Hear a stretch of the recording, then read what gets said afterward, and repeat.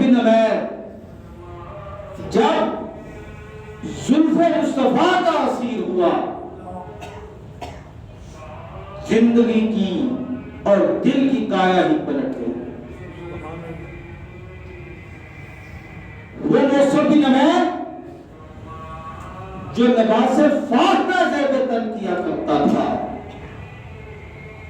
آج پیغمبر کائنات امام انقلاب صلی اللہ علیہ وآلہ وسلم پر ایمان لانے کے بعد جسم پر پیوند لگے ہوئے کپڑے پہنے ہوئے ہیں اور وہ اسلام کی تبلیغ میں مگن ہے اور مستغرق ہے۔ کون موصب بن عمیر؟ پیغمبر اسلام صلی اللہ علیہ وآلہ وسلم کا پہلا نائب موصب بن عمیر رضی اللہ عنہ۔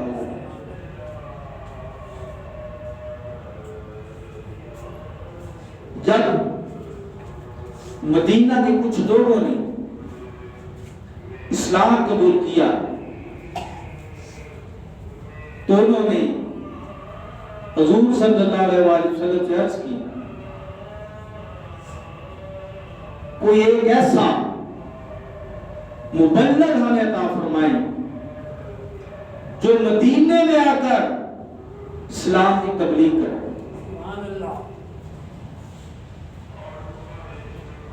پیغمبر اسلام صلی اللہ علیہ وآلہ وسلم کی نگاہ انتخاب حضرت موصب بن عمیر رضی اللہ عنہ مورخ لکھتا ہے اور بہت بڑی بات لکھی اس نے کہا کہ اسلام کے مستقبل کا انحصار موصب بن عمیر کی کارکردگی پر تھا، اور پھر موصب بن عمیر نے رضی اللہ تعالیٰ عنہ اپنی کارکردگی سے دکھایا کہ جو چند لوگ مکہ کے اندر مشرف اسلام ہوئے تھے ان کی تعداد کو درجنوں تک لے جانے والا وہ موصب بن عمیر تھا رضی اللہ عنہ۔ اور غزوہ تبوک کا واقعہ کس کو یاد نہیں؟ پیغمبر اسلام صلی اللہ علیہ وآلہ وسلم نے اعلان جہاد فرمایا اور فرمایا کہ آؤ اسلام کے لشکر کی مدد کرو۔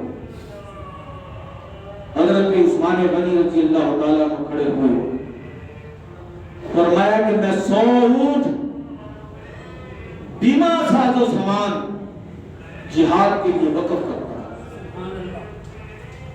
آقا نے فرمایا 200 اونٹ کرتا ہوں۔ آقا نے فرمایا 300 اونٹ کرتا ہوں، حتیٰ کہ یہ گنتی 1000 اونٹ تک پہنچ گئی۔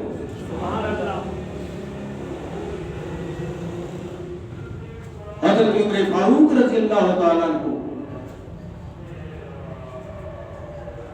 گھر کا آدھا سامان لے کر آتے اور وہ جو عیش کے ثابت تھا، جو صدیقوں کا سردار ہے، ایک کچھڑی کے اندر سامان لے کر بارگاہ مصطفیٰ میں حاضر ہو گیا صلی اللہ علیہ وسلم۔ آقا نے پوچھا ابو بکر کتنا مال لائے ہو؟ ابو بکر صدیق رضی اللہ تعالیٰ عنہ نے عرض کی، حضور گھر کا سارا مال آپ کی خدمت میں لا کر پیش کر۔ پوچھا گھر والوں کے لیے کیا چھوڑا ہے؟ فرمایا ان کے لیے اللہ اور اس کا رسول صلی اللہ علیہ وسلم چھوڑا ہے۔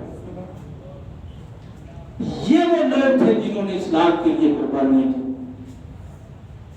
اور اللہ ان سے مخاطب ہو رہا ہے، ام حسبتم ان تدخلوا الجنة ولما يأتكم مثل الذين خلوا من قبلكم،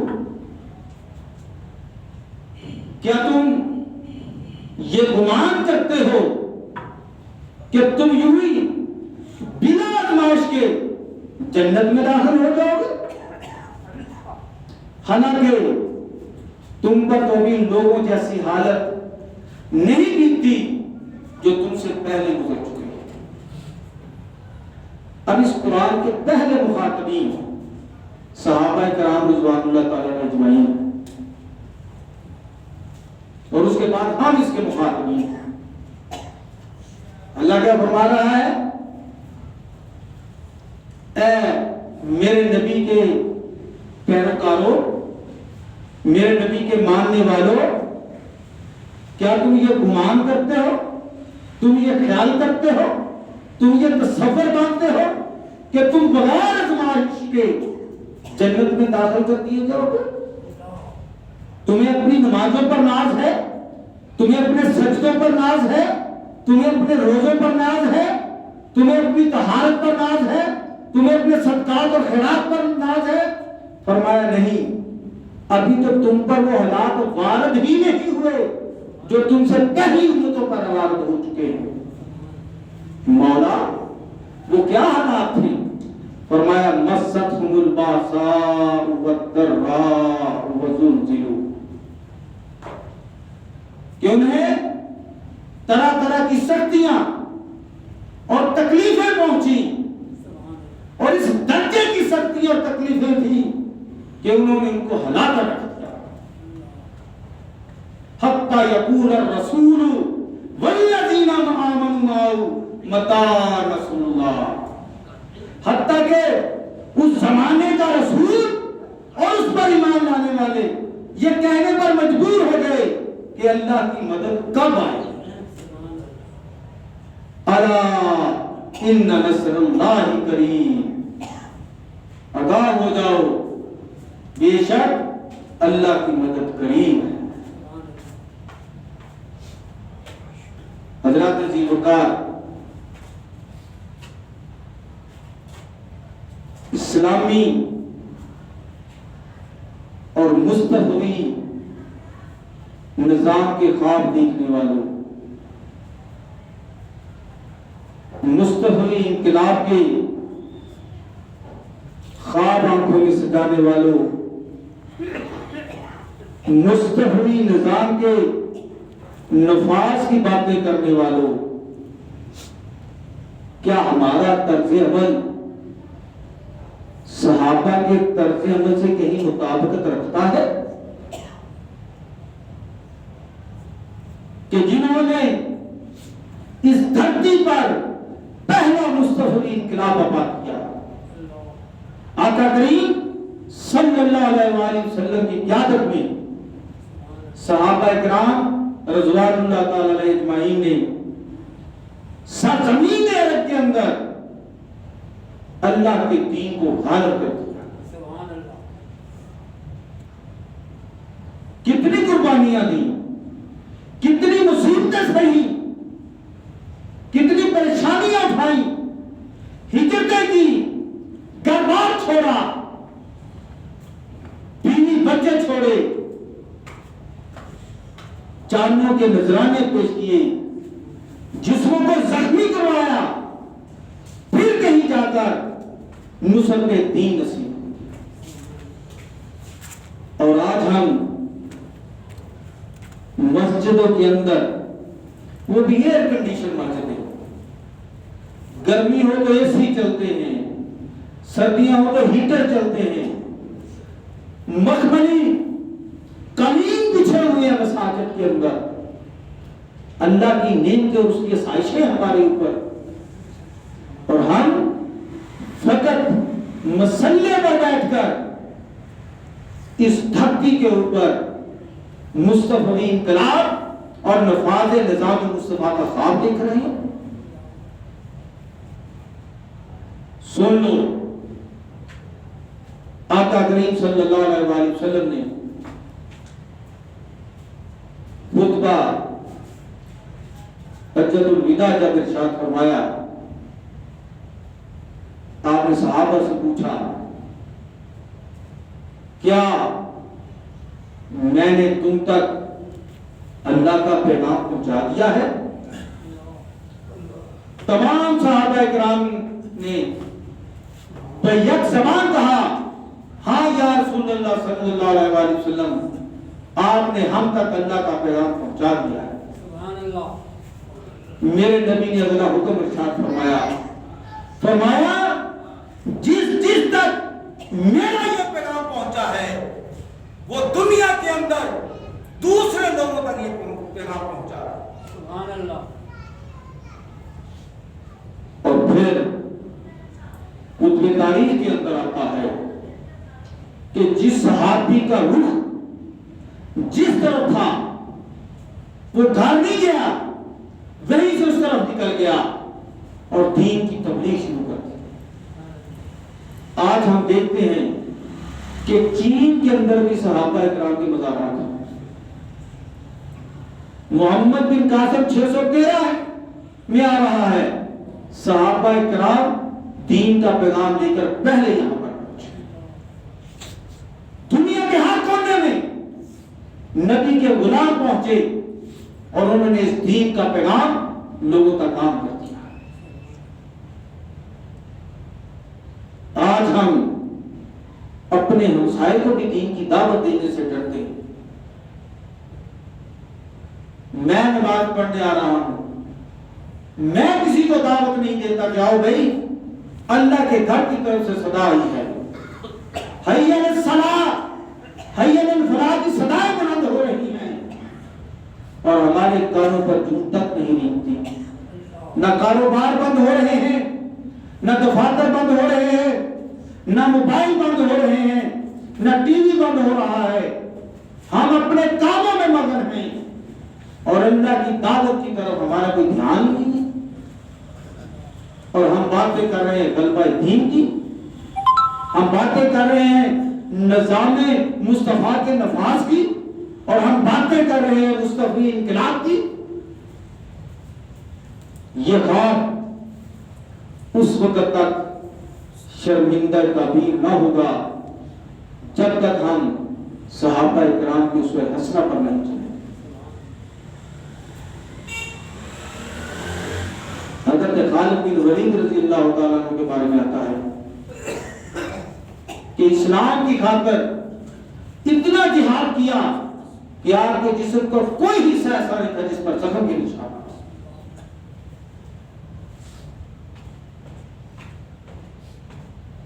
یہ دین دواؤں سے نہیں پھیلا، اس کا غلبہ دواؤں سے نہیں ہوا، اس کو قوت اور طاقت دواؤں سے نہیں ملی۔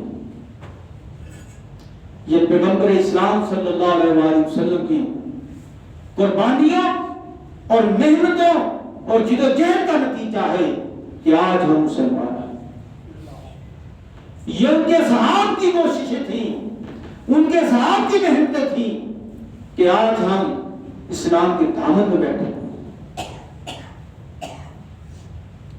ہم اس لیے سہل پسند ہیں کہ ہمیں یہ دین بغیر کسی مشکل کے بیٹھے بٹھائے مل گیا ہے۔ یہ عرض وطن ہمیں بغیر کسی مشکل کے بیٹھے بٹھائے ملی ہوئی ہے۔ میں پچھلے دنوں واٹس ایپ پر ایک کلپ دیکھ رہا تھا، دلی کا مسلمان کہہ رہا ہے، وہ کہتا ہے کہ ہم اپنے بچوں کے ختنے بھی نہیں کرواتے کہ کہیں ہندو ان کو مسلمان جان کر مار نہ دیں۔ ہم اپنے بچوں کو کہتے ہیں کہ گھر میں اللہ اللہ کرو اور باہر رام رام کرو۔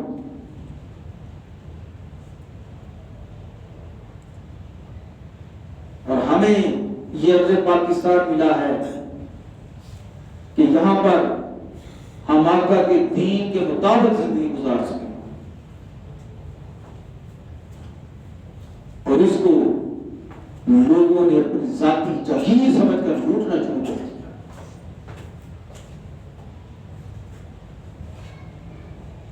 اور ہر آنے والا دن اس قوم کے لیے ظلم اور بربریت سے بھرپور ہے۔ مہنگائی آسمانوں سے باتیں کر رہی ہے، غریب کے لیے اپنے بچوں کی روٹی کا انتظام کرنا مشکل ہو گیا ہے، اور ان لوگوں کے اللہ تللے ختم نہیں ہو رہے۔ اس دھرتی کا مستقبل اگر سنورنا ہے تو وہ وقت مستفیض نظام سے سنورے، اور وہ نظام کیسے آئے گا؟ وہ تب آئے گا جب لوگ اس کے لیے کوشش کریں گے۔ جیسے صحابہ کرام رضوان اللہ تعالی اجمعین نے آقا صلی اللہ علیہ وآلہ وسلم کے ساتھ مل کر دین اسلام کے غلبے کے لیے کام کیا، اور انہوں نے اللہ کے اس حکم کو سچا کر دکھایا کہ لِيُظْهِرَهُ عَلَى الدِّينِ كُلِّهِ، کہ اس دین سے تمام ادیان پر غالب کر دیں۔ اور پیغمبر اسلام صلی اللہ علیہ وآلہ وسلم نے دین اسلام کو عرب کے تمام ادیان پر بلکہ دنیا کے تمام ادیان پر غالب کر کے دکھایا۔ ہمارے لیے نمونہ پوری ذات ہے، لَقَدْ كَانَ لَكُمْ فِي رَسُولِ اللَّهِ أُسْوَةٌ حَسَنَةٌ، کہ بے شک تمہارے لیے بہترین نمونہ عمل پیغمبر اسلام صلی اللہ علیہ وسلم کی ذات ہے۔ آج ہم نے اپنی آئیڈیل بدل لی ہے، قرآن آئیڈیل کا تصور ذات مصطفیٰ کو بنا رہا ہے، ہم نے اپنے آئیڈیل نواز شریف اور عمران خان کو بنا دیا۔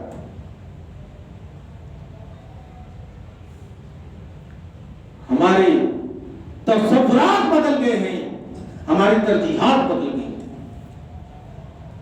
اللہ ہمیں عمل کی توفیق عطا فرمائے، اور ہمیں پیغمبر اسلام صلی اللہ علیہ وآلہ وسلم کی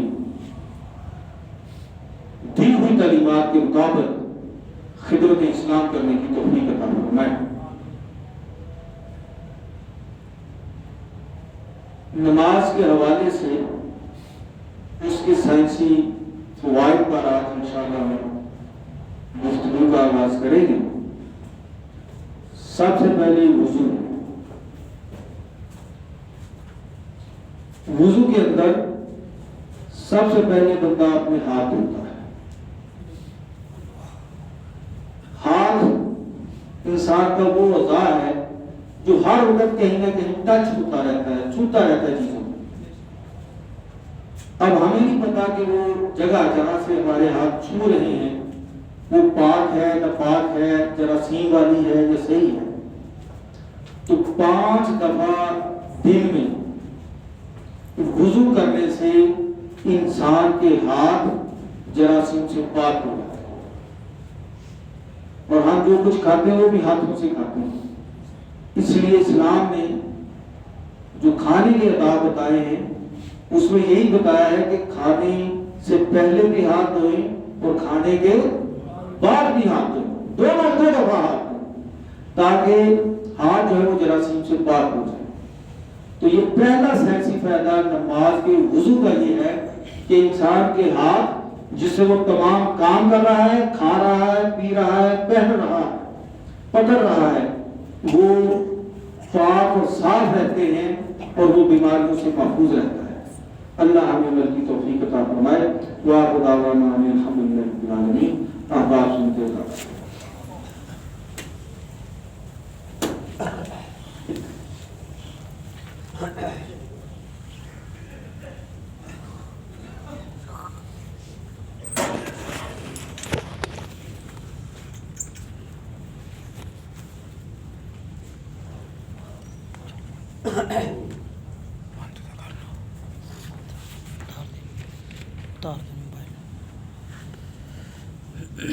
اتار کے لیے